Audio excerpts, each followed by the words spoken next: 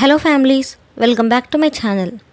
ఎండాకాలం వచ్చేసింది కాబట్టి ఆల్మోస్ట్ అందరికీ ఒంట్లో వేడి చేస్తూ ఉంటుంది. అందుకనే ఈరోజు వీడియోలో ఒంట్లో వేడిని తగ్గించి పొట్టకు హాయిగా ఉండే పెసరపప్పు చారుని ఎలా ప్రిపేర్ చేసుకోవాలో చూపిస్తాను.